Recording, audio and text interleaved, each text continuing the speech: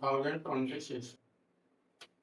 Question में दिया consider two circuit A and B each having two resistors one of them has a positive temperature coefficient of resistance plus alpha while the other one has a negative temperature coefficient minus alpha as shown in the figure. The current through this circuit are denoted by IA and IB at initial temperature. The resistance of the two resistors are known. As the temperature is increased, the correct option that describe the variation of the current in this circuit is. दो में circuit diagram दिया है figure पे question बोल दिया है ये figure है पहले वाले फिगर में जो है दोनों रेसिस्टेंस जो है R1 और R2 जो है सीरीज में जोड़े गए हैं और दूसरे फिगर में R1 और R2 जो है पैरेलल में जोड़े गए हैं। इसमें फाइंड किया इसमें फाइंड करना कि IA और IB में क्या रिलेशन होगा जबकि इनिशियली जो टेम्परेचर है आर नोड है और जो टेम्परेचर है अरे जो ये resistance initially resistance R naught है दोनों का R1 का भी आर नोड है R2 का भी आर नोड है और ये टेम्परेचर जो रेसिस्टेंस है वो टेम्परेचर पर डिपेंड कर रहा है टेम्परेचर डिपेंडेंट हो एक इस रेसिस्टेंस का किसी एक का मान लीजिए इसका जो है टेम्परेचर कोएफिशिएंट नेगेटिव है इसका जो है R2 का मान ले रहे हैं कि टेम्परेचर कोएफिशिएंट पॉजिटिव है इसमें दिया है एक का नेगेटिव और दूसरे का पॉजिटिव तो किसी एक को नेगेटिव मान लिया दूसरे को पॉजिटिव मान लिया जाए हम R1 को जो R1 जो है इसका जो ये है ये रेसिस्टेंस R1 इसका जो है टेम्परेचर कोएफिशिएंट नेगेटिव ले रहे हैं R2 का जो है टेम्परेचर कोएफिशिएंट यहाँ अल्फा पॉजिटिव ले रहे हैं हमको ये फाइंड करना है आई और IB में क्या रिलेशन होगा जबकि रेसिस्टेंस एक बार सीरीज में जोड़ा गया था दूसरी बार पैरेलल में जोड़ा गया तो हम पहले आर इक्वलेंट निकाल लें दोनों ही कंडीशन में यहाँ भी आर इक्वलेंट सीरीज वाले में भी आर इक्वलेंट निकाल लें और पैरेलल वाला भी आर इक्वलेंट निकाल लें तो हमारा आंसर तो निकल जाएगा।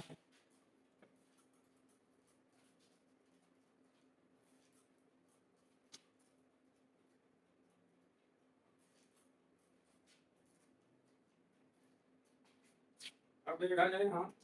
ये R1 है R2 है ये दोनों किसमें सीरीज में है तो आर इक्वलेंट क्या हो जाएगा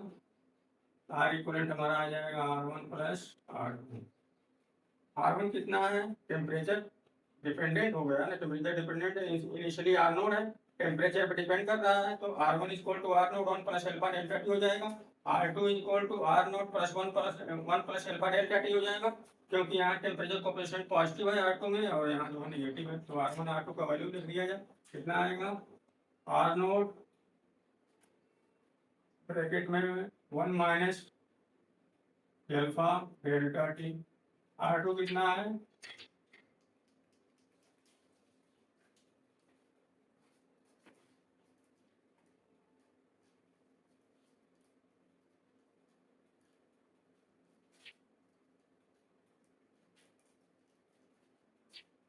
R1 R equivalent is equal to R1 plus R2 R1 कितना है R नोट ब्रैकेट में 1 minus alpha delta T R2 कितना है R नोट ब्रैकेट में 1 प्लस अल्फा डेल्टा टी इसका टेम्परेचर कोएफिशिएंट पॉजिटिव है इसका नेगेटिव है तो 1 माइनस अल्फा डेल्टा टी हो जाएगा plus R naught 1 plus alpha delta T हो जाएगा इसको हम एक्सपेंड कर दें तो यहाँ से R naught minus R naught alpha delta T इसको एक्सपेंड कर दिया जाए R naught plus R naught alpha delta T यहाँ से देखिए कैंसिल हो जाएंगे R naught alpha delta T minus में पॉजिटिव में तो आ जाएगा 2 आर नोट आ गया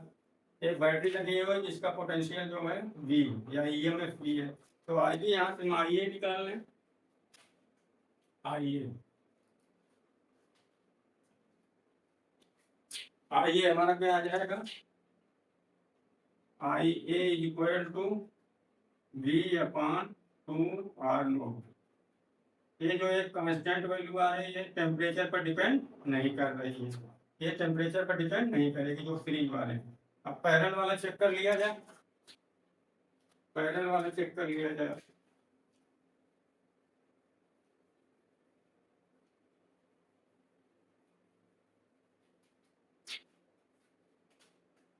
ये करंट आई बी इसमें फ्लो हो रही है, ये पैरेलल में है। पैरेलल में आर इक्वलेंट निकालने के लिए क्या करेंगे, R equivalent is equal to R1 R2 upon R1 plus R2, direct formula लग जाएगा R1 R2, R equivalent is equal to R1 R2 upon R1 plus R2। यहाँ से आर इक्वलेंट निकाल लिया जाए,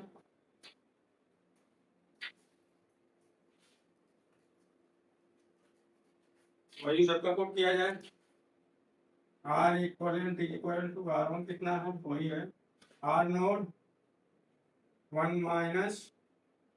अल्फा डेल्टा टी, दूसरा है R2 equal to क्या है R naught 1 plus alpha delta T upon R1 plus R2, मतलब R1 minus alpha delta T plus R naught 1 plus alpha delta, ये हो गया। यहाँ से हमारा क्या आएगा,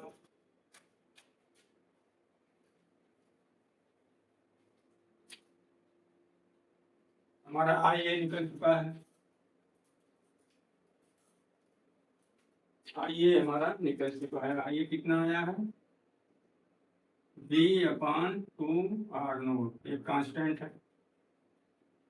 एक कांस्टेंट है क्योंकि टेम्परेचर पर डिपेंड नहीं करता है। इसका निकाला जाए,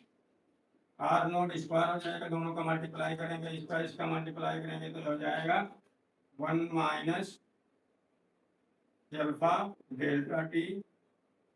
ए स्क्वायर प्लस बी स्क्वायर, तो इसका इस तरह कर देंगे स्क्वायर, इसका square, A minus B, A plus B बन जाएगा A square minus B square. यहाँ से फिर हमारा आ जाएगा R naught minus R alpha delta T plus R naught plus R naught रहेगा आर नोट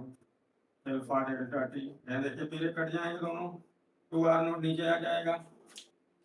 2 R नोट नीचे आ जाएगा।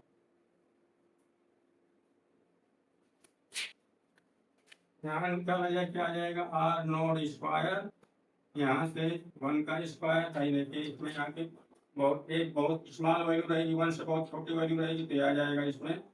-2 अल्फा डेल्टा टी। इसको लिखा जा सकता है, इसको 1 लिखा जा सकता है, 1 का स्क्वायर 1 ही रहेगा, इस तरह लिखा जा सकता है इसको। इसके बाद इसमें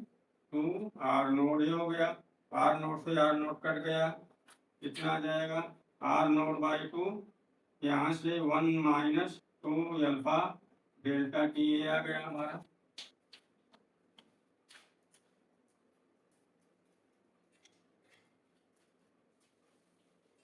आर इक्वलेंट आ गया, R equivalent is equal to R naught by 2 और 1 minus 2 alpha delta T. Temperature अगर इंक्रीज करेंगे तो ये वैल्यू इंक्रीज करेगी, पूरी ये वैल्यू इंक्रीज करेगी, जब पूरी वैल्यू इंक्रीज करेगी तो ओवरऑल ये वैल्यू पूरा डिक्रीज करेगी। ये पूरा डिक्रीज करेगी क्यों कि देखिए इतने में से घटा रहे हैं ना, ये ज़्यादा अगर बढ़ गया तो ज़्यादा घटाएंगे, किसी एक 1 में से ज़्यादा घटाएंगे तो ज़्यादा कम होगा, तो ज़्यादा कम होगा तो R नोट बाई 2 मतलब R इक्वलेंट डिक्रीज होने लगेगा, R इक्वलेंट डिक्रीज हो जाएगा। टेम्परेचर जब बढ़ाएंगे, temperature increases R equivalent decreases जब पैरेलल में हो जाएगा।